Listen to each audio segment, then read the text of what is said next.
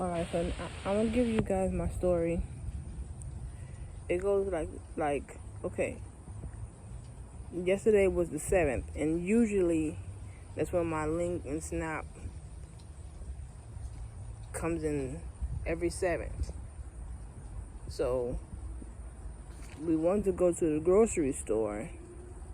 Well, Michael Sr. wanted to go to the grocery store, but he wanted to make sure we had the money in order to do that first.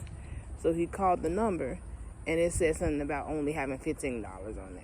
Like, what? So that's why I went to the aid office yesterday to see what was going on. But how am I supposed to survive off of $15 a month? $15 is not even enough to get one meal for maybe 2 people. I have to feed 5 people. Me, him, his mom, and the 2 kids. Yeah, like, you guys know that I have the Social Security money for Junior. I get like $940 a month for Junior, but I need to use that money for spending things. I shouldn't be having to use it on food, right? So, like, when I get that money, I use that money to wash the clothes, to buy household items like trash bags, the dishwashing liquid, the mopping soap, the stuff to keep the bathroom clean. You know, everyday usage. But, like, they expect me to just, it's only $940. For 5 people, that's not enough to sustain a house. Especially if I'm going to be buying food with it as well. So when I go to the laundromat, I use the biggest machine. You guys saw the short on how I break it down. But I want to tell and go to the aid. I'm going to give them this paper here. I wrote it down. Because I need them to do the math. Something not adding up to me. Like, $18.75 in the biggest machine, plus the $6.75 to dry it, because I use the 4 dryers. And you know, with big loads that have like the shower towels, or dry off towels, your face towels, your bath mats, all that in there, it's not going to dry in the first time. So I don't know. How am I supposed to be able to live off of $15 a month? This is not the first time they did this to me. They've done it off and on throughout the whole 18 years of me being a mom. But it's like, every time Kayla decides to work, they figure it out. I don't tell them, but because of the Social Security card, you know, when you first file every 6 months or whatever, you have to put each person that lives in your house and each Social Security card. Your number follows you, so they know. Even if I don't say it or she doesn't say it, they're going to know.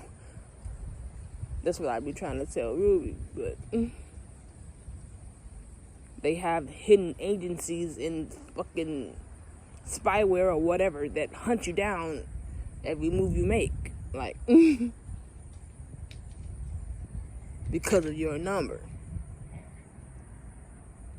But what is I gonna? Every time either Michaela works or Mike work, they figure that out.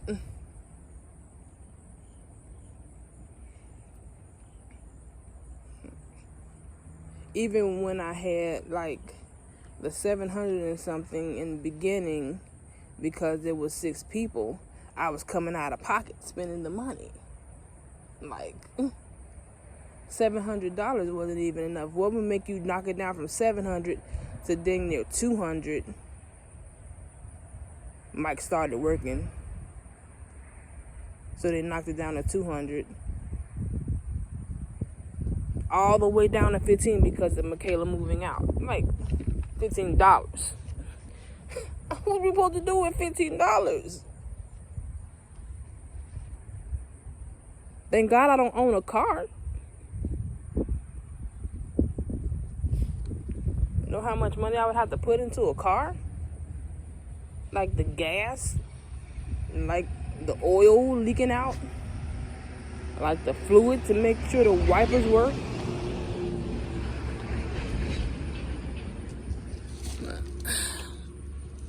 I'm turning. But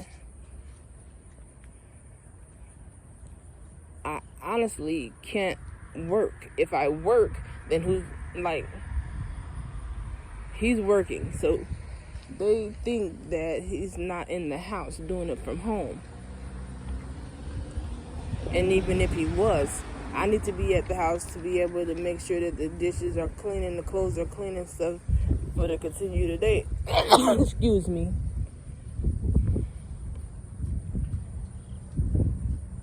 Like, I can't work. I have to be at the house to be able to get Junior off his bus. We'll be talking about him to get a job.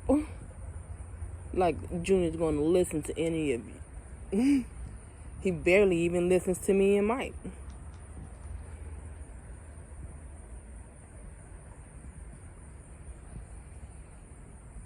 I mean, nah.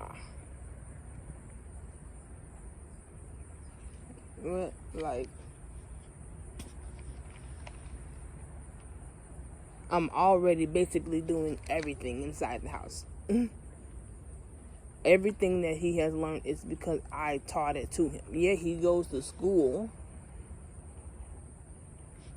just to mingle around other kids at this point because, as you see, when he comes home from school, he has packets and packets of work that he was supposed to complete in the school day, but he didn't finish because he couldn't focus. I'm the one that does the homework with him. Not Mike won't pop in until, like, if I'm explaining to Junior that he did it wrong and trying to correct it, and he gets loud, then Mike wants to pop in. Like, really. Not that it's her job because she's the grandma, but she sometimes agitates it. But that was the story about the Social Security office. So I went up in there to ask them why, for what. They're gonna say because Michaela moved out. It's the one person that left the household. Plus Michael Sr. is working. So as he was talking to me and saying this, it's like he wants to go upstairs, to the back or whatever, and talk to the head of the decision, whatever, and verify it. And he's like, yeah, he's second that. That's what it was.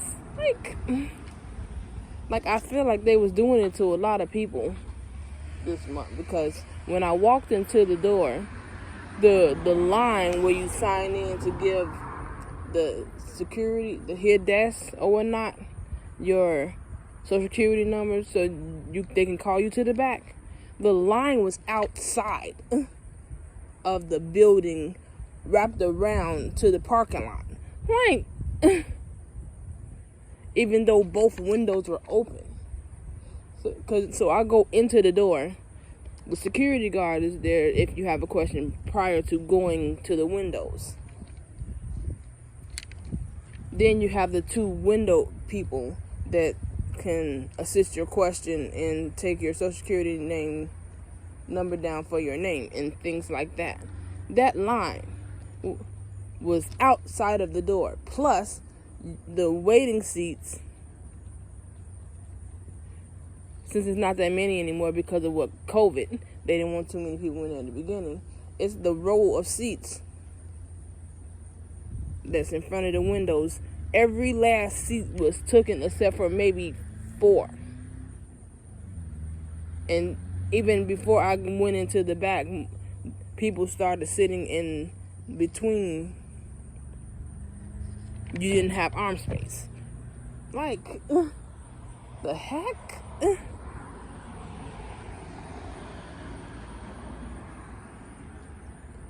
They expect people to be joyful, be.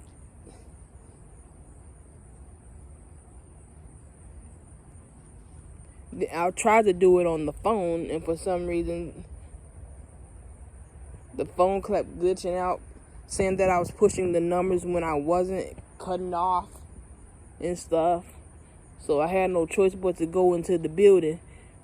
But then I had to make sure I regulate my attitude, because you know you can't be up in there loud. You can't be up in there cursing. Like, you gotta be professional like them, because you have to have one mind. Like, be open-minded but think the same. Like robot. Like, the fuck?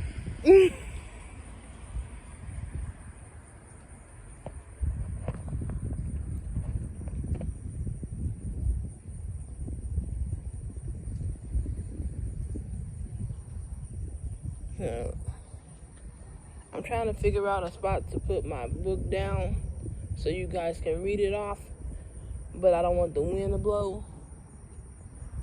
I'm outside waiting on Junior to come home anyway.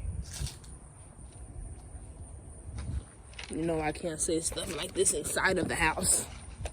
I wanted a different location. I was gonna use a side swing, but then, you know, I would have to put the book on the ground. But I'm going to cut this clip off,